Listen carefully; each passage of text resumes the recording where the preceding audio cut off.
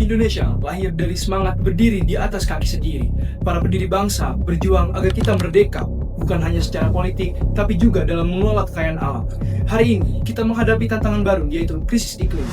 80% listrik Indonesia masih berasal dari energi fosil, terutama batu bara yang menyumbang lebih dari 60% emisi karbon sektor energi. Padahal, kita punya potensi energi terbarukan yang luar biasa. 207 gigawatt tenaga surya, 60 gigawatt panas bumi, dan 75 gigawatt tenaga air. Tapi, baru kurang dari 13% yang dimanfaatkan. Relevansi yang luar biasa, batu bara sebagai salah satu sumber utama ketahanan energi nasional. Pembakaran. Lalu ia menjelaskan saat ini Presiden Joko Widodo pun meminta agar seluruh jajaran fokus untuk pengendalian polusi udara. Sebagai wakil rakyat, DPR memiliki 3 fungsi: membuat undang-undang, mengatur keuangan, dan mengawasi pelaksanaannya. 3 fungsi ini bisa menjadi senjata yang kuat untuk transisi energi di masa depan menuju Indonesia Net Zero Emission 2060. Jika saya menjadi anggota DPR RI, saya akan memanfaatkan fungsi legislasi untuk mendorong undang-undang transisi energi bersih yang adil, mewajibkan TKDN minimal 60%, dan memberi insentif bagi industri hijau.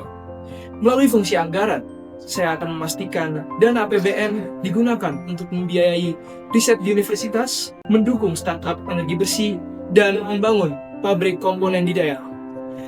Dengan fungsi pengawasan, saya akan memastikan setiap proyek energi bersih tepat sasaran, TKDN dijalankan, dan anggaran tidak bocor. Demi mendukung transisi energi di Indonesia, saya akan mendorong beberapa program berikut. Yang pertama, sekolah energi bersih dengan menggunakan panel surya di sekolah dan kurikulum energi terbarukan ditambahkan.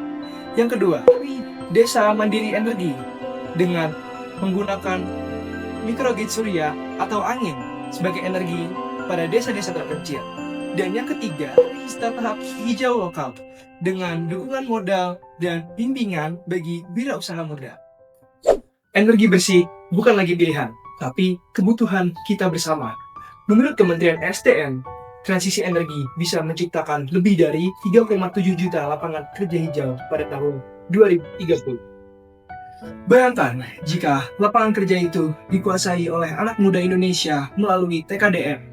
Kita tidak hanya menurunkan emisi, tapi juga memperkuat kedaulatan ekonomi.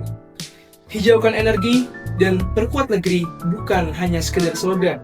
Ini komitmen kita bersama untuk memastikan energi bertindak adil di setiap sekolah, setiap desa, dan setiap rumah. Masa depan bebas emisi ada di tangan kita, generasi pembaru energi. Mari kita sukseskan transisi energi di masa depan. Anak muda hari ini, penentu hijau dan kuatnya negeri esok hari. Mari kita dukung transisi energi dengan aksi nyata, karena aksi kecil kita hari ini adalah investasi besar untuk Indonesia bebas emisi. Saya Hafiz Nurwani dari Dapil 4, Provinsi Jawa Barat, siap mengikuti Parlemen Remaja 2025.